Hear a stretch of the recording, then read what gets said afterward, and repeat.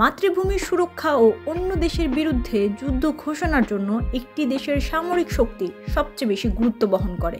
তাই বিশ্বের বিভিন্ন দেশের সামরিক শক্তি পর্যবেক্ষণ করে প্রতি বছর একটি তালিকা প্রকাশ করে সামরিক শক্তি পর্যবেক্ষক প্রতিষ্ঠান গ্লোবাল ফায়ার পাওয়ার।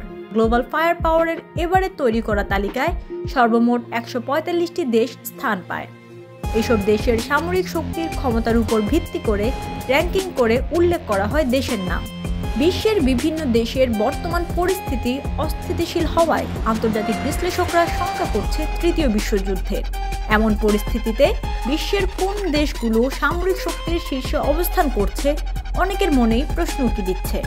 সামরিক শক্তি পর্যবেক্ষক প্রতিষ্ঠান গ্লোবাল ফায়ার পাওয়ারের তালিকা অনুযায়ী চলতি বছর সামরিক শক্তিতে শীর্ষ দেশ হিসেবে ছিল মার্কিন যুক্তরাষ্ট্র এবং সবার শেষে 145 নম্বর দেশ হিসেবে তালিকায় নাম ছিল ভুটানের। আসুন র্যাঙ্কিং অনুযায়ী জেনে নিই শীর্ষে থাকা 10টি সামরিক শক্তিশালী দেশের নাম। মার্কিন যুক্তরাষ্ট্র, রাশিয়া, চীন, ভারত, দক্ষিণ কোরিয়া, মার্কিন যুক্তরাজ্য, জাপান, তুরস্ক, পাকিস্তান, ইতালি।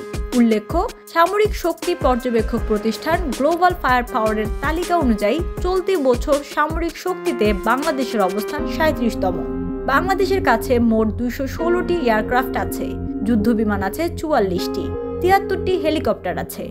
মোট এয়ারক্রাফটের নিরিখে বিশ্বে 46 নম্বর অবস্থানে আছে বাংলাদেশ, যুদ্ধবিমানের নিরিখে বিশ্বে 39 নম্বর এবং হেলিকপ্টারের নিরিখে 49 নম্বর স্থানে আছে বাংলাদেশ।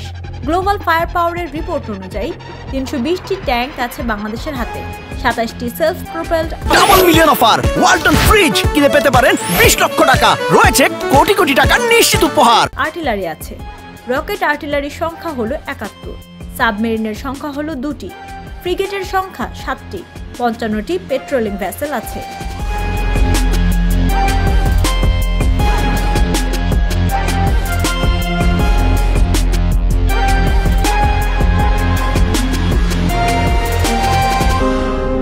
রাবিয়া ঝুমুর, BD24 লাইভ, ডেস্ক্রিপশন।